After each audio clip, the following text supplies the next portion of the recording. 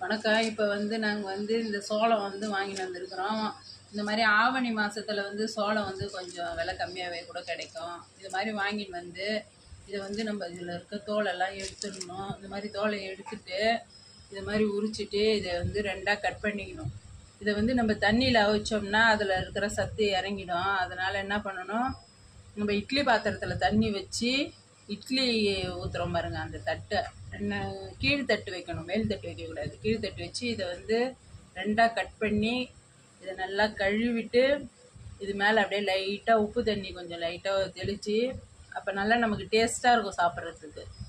உப்பு தண்ணியில் அப்படியே கொஞ்சம் லைட்டாக இதை முக்கி எடுத்து, இல்லை அப்படியே எனக்கு உப்பு பிடிக்காதுன்னா அப்படியே கூட இதை வச்சு அவிச்சு வேக வச்சு நல்லா சாப்பிட்டோம்னா இது உடம்புக்கு ரொம்ப நல்லது.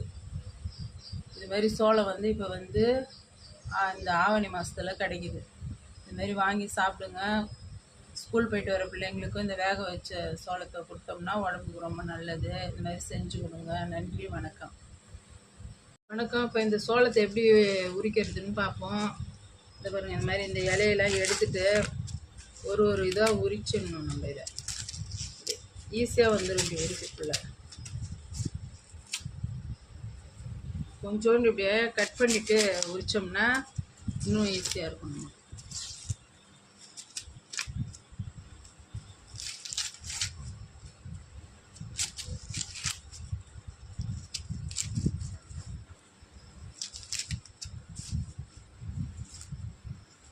இந்த மாதிரி உரிச்சிட்டு இதை இப்படி ஒரு திருவி இப்படி எடுத்துடணும். அவ்வளோதான்.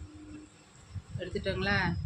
இப்போ இதில் இருக்கிற இந்த பொடி பொடியாக ஒரு நார் மாரி இது வேணும். இதெல்லாம் எடுத்துக்க போட்டுடணும். இதெல்லாம் சாப்பிடக்கூடாது. இதெல்லாம் எடுத்துட்டு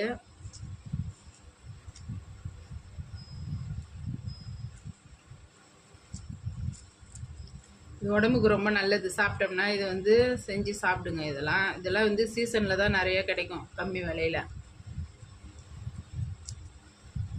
இதையும் போட்டுடலாம். போட்டுட்டு இதை ரெண்டாக அப்படி கட் பண்ணிடணும். ரெண்டாக கட் பண்ணிவிட்டு அவிக்கலாம், இல்லை இதை அப்படியே கூட அவிச்சிடலாம், நம்ம விருப்பம்தான். இதை இட்லி பானையில் வச்சு நம்ம அவிச்சோம்னா தட்டு போட்டு இதோட சத்து இறங்காது. தண்ணியில் முழுக வச்சு வேக வச்சோம்னா இதில் இருக்கிற சத்துலாம் இறங்கிடும். அதனால் நம்ம இட்லி தட்டில் அடித்தட்டு போட்டு இதை வேக வச்சு சாப்பிட்டோம்னா உடம்புக்கு ரொம்ப நல்லது. நன்றி, வணக்கம். இப்போ இந்த மாதிரி கட் பண்ண சோளத்தெல்லாம் இது மாதிரி லைனாக அடுக்கி வச்சிடணும். இட்லி பாத்திரத்தில் ஒரு தட்டு வச்சு, இது கீழ் தட்டு தான் வச்சுருக்கிறேன். நிறைய சோளனவே நல்லா மேலே வந்துடுச்சு. இப்போ இது மாதிரி அடுக்கி வச்சுட்டு இது மாதிரி ஒரு மூடி போட்டு நல்லா டைட்டாக மூடிடணும். ஒரு 20-25 நிமிஷத்துக்கு அப்புறம் தான் இதை எடுத்து பார்க்கணும். நல்லா வெந்துடும். நம்ம இட்லி ஊற்றுற டைமோட ஒரு 5 நிமிஷம் மேலே வச்சு திறந்து பார்த்தோம்னா நல்லா வெந்திருக்கும். எடுத்து சாப்பிட்லாம். இதுமாரி செஞ்சு சாப்பிடுங்க. பாருங்க, சோளம் நல்லா வெந்து போச்சு.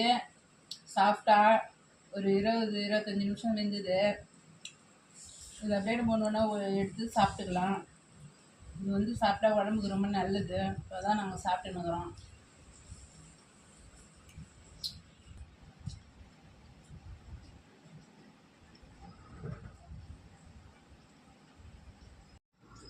வணக்கம். இப்போ நம்ம வேக வச்ச கார்னில் கொஞ்சமாக லெமன் அப்படியே கொஞ்சமாக பிழிஞ்சு விட்டுட்டு லைட்டாக அப்படியே கொஞ்சமாக உப்பு போட்டு இப்படி பண்ணி வச்சுருக்கோம்.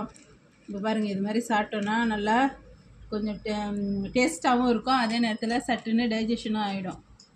உடம்புக்கும் நல்லது. இதுமாரி சாப்பிட்டு பாருங்கள், நல்லாயிருக்கும். நன்றி, வணக்கம்.